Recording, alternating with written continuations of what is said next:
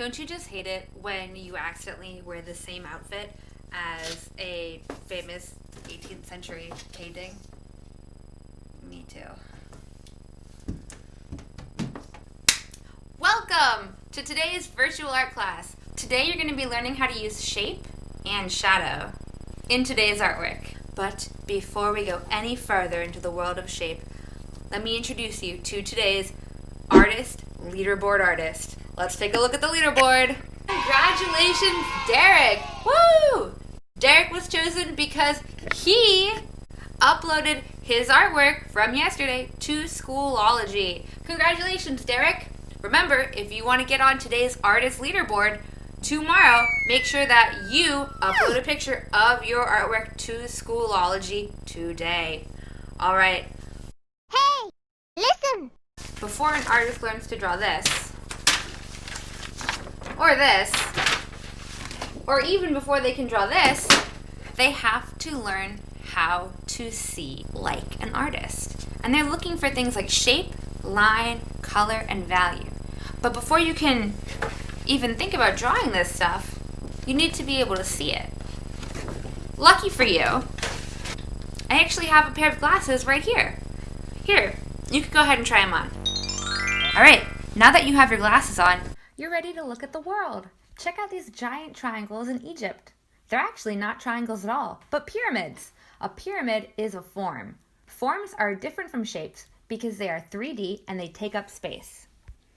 Even though forms and shapes are different, you can think of a form as a 3D version of a shape. In fact, most forms can be made by drawing shapes. Take a look at this triangle. We're going to turn it into a form by drawing a diagonal line that matches the diagonal line of the triangle. Then, we're going to add another diagonal line to connect those sides. This turns our triangle into a pyramid. Next, check out this square. By drawing another square behind it and connecting all the corners, we've turned this square into a cube. And a cube is a 3D form. You can also make a form by drawing an oval and drawing two straight lines down either side and finishing with another oval at the bottom. This creates a cylinder. Just by adding lines to shapes, you can turn basic old shapes into 3D forms. All it takes is a little practice. Let's talk a little bit about adding shadow to our form. When you have a form like a 3D shape, such as this cube, when you want to make the 3D shape look even more realistic, think about where the shadows are coming from on this shape. For example, if I turn this flashlight on, you can see when I'm lighting up this shape, the shadow is on the opposite side of where the light is coming from. And you can see all of this corner over here is not very much in shadow, right? That's super bright. But then look, right here, you can see a little triangle shadow right there. See that little gray triangle? That's a shadow. And then over here, you can see an even darker shadow of the form. And it's almost in a similar shape, a geometric shape as the form right here. So remember, when you're drawing your own form, think about where the light hits it. And wherever the light is, the shadow is always on the opposite side. Let's try this out with a form of our own. So let's start off easy. We're going to do some practice. Let's practice forms today. We're going to practice 3D forms. Let's start off with a sphere. A sphere is a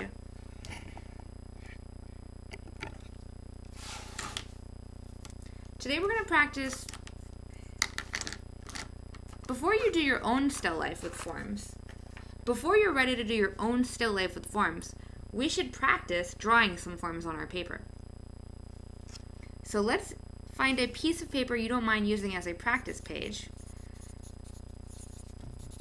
And we're going to practice drawing different forms. So first we can start with a sphere. And to draw a sphere,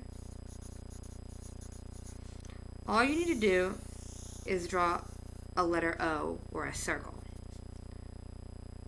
To make this sphere into a 3D shape, you're just going to add value or shadow. So imagine that the sunlight is over here and it's shining on this side of the sphere. That means our shadow is going to be on the opposite side that the sun is on. So we can go ahead and draw a curved shadow and fill it in really dark to represent the shadow coming from the sphere. And you can even attach that shadow to your form if you want. It's up to you. It's already starting to look a little more like a sphere and less like a circle. But we really want to make sure it looks like a sphere. So we're going to add another shadow on the opposite side of the sun. So here's the sun or the light, and we're going to draw a shadow that follows the same shape as our circle. So I'm going to follow this line right here. I'm following this line, and I'm going to draw a curved line inside of my circle that's the same shape as the outside of the line. And it's just going to cover this corner of the circle. You want to make sure that this line is curved.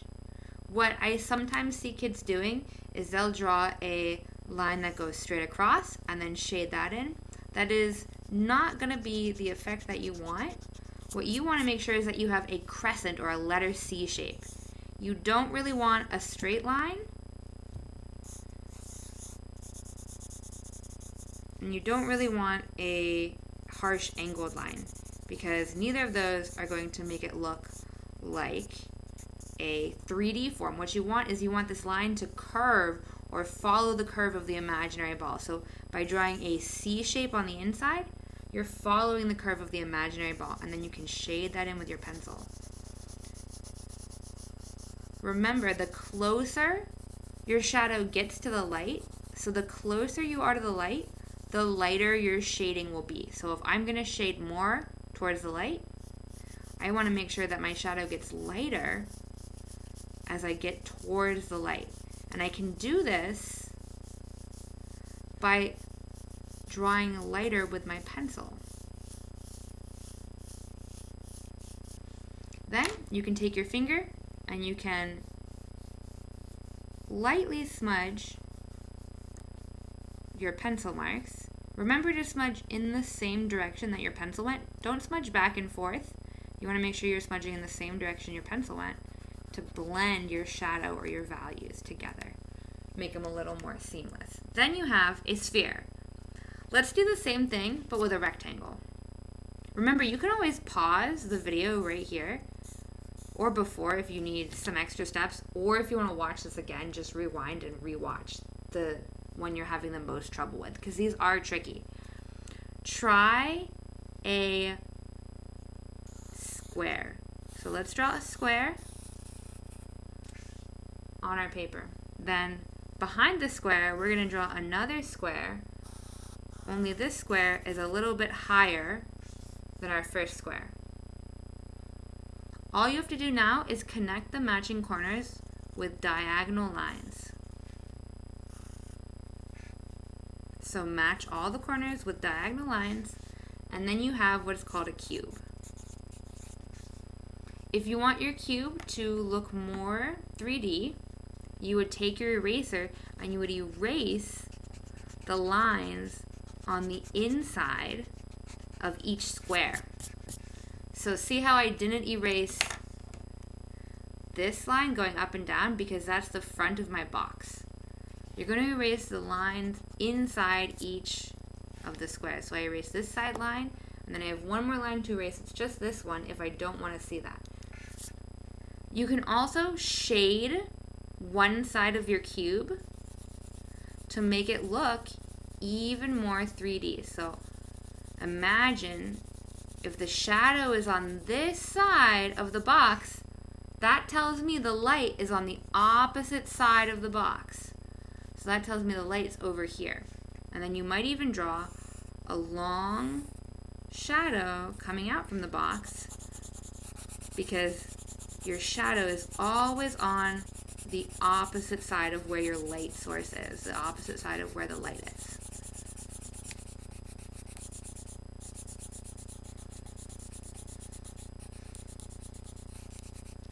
If you need to, go ahead and pause here or rewind to practice this cube if you're having trouble with the cube. They're both super tricky, so don't worry if it doesn't look right the first time. I've probably been drawing spheres and cubes for maybe 15 years. So remember, this is 15 years of me practicing. Your first practice might not look anything like this, and that's okay. We're going to draw one more on our practice page, and this is going to be a cylinder. You're going to start with an oval, and then you're going to draw another oval underneath it.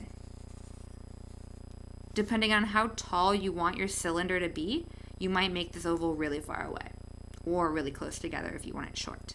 Then all you do is connect your ovals with two vertical lines. If you want your cylinder to not be see-through, say you're drawing a vase and you don't want to be able to see inside the vase, say you want this to be invisible, what you're going to do is you're going to take your eraser and erase the back of your bottom oval. So erase the back of the bottom oval. And then you have a cylinder or a cup that's not see-through. This is a cylinder. You can also add shading to your cylinder by shading the inside. If this is a cup, you might add shadow on the inside. And this makes it look like you could, drop something inside of it. Remember, if it's going deeper into the cup, the shadow is going to get a little bit darker. So you might have a dark shadow closer to the bottom of the cup and a lighter shadow as you go up. You can also shade the cylinder the same way you shade a sphere by imagining the sunlight on one side of the cylinder and then knowing that your shadow will go on the opposite side. So I would draw a long cylinder shape, a long shape with a curved top to represent my cylinder, maybe colored in very dark value to shade the shadow. You might also think the sun is hitting this side, so there's going to be shadow on this side, so you might even take your pencil and you might even draw a little line of shadow down here on this side to really say, hey, this is a dark side of the cylinder. All right, remember you can also always pause or rewind to practice any of these three shapes. We're going to need to practice these three shapes because tomorrow you're going to be drawing a still life with these shapes. So today you're going to turn in a practice page full of spheres that are shaded, cubes that are shaded, and cylinders that are shaded. I want you to do this as many times as you need to for you to feel good at drawing them. So you might need to practice these once, twice, 3 times, 10 times. It's up to you. Make sure you practice until you feel pretty okay with what you're drawing. Remember, your first try might not be your best try, and it usually isn't. So make sure you do it more than once. All right. Go ahead and get started.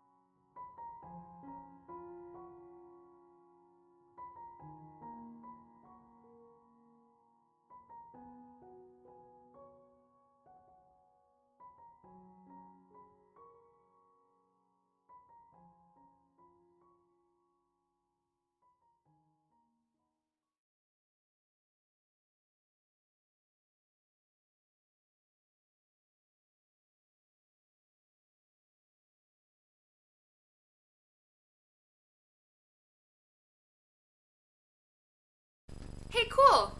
You finished your practice page. Look, I did too. Make sure that you take a photo of it with your Chromebook and submit this picture to your daily classwork page on Schoolology. Check and see if there's a new skill builder. If you finish early, go check and see if there's a new skill builder for you to try in your sketchbook or on a piece of scrap paper. All right? I cannot wait to see your practice spheres, your practice cubes, and your practice cylinders so that tomorrow we can start looking for these forms in real life and drawing what we see. All right, I'll see you tomorrow. Goodbye.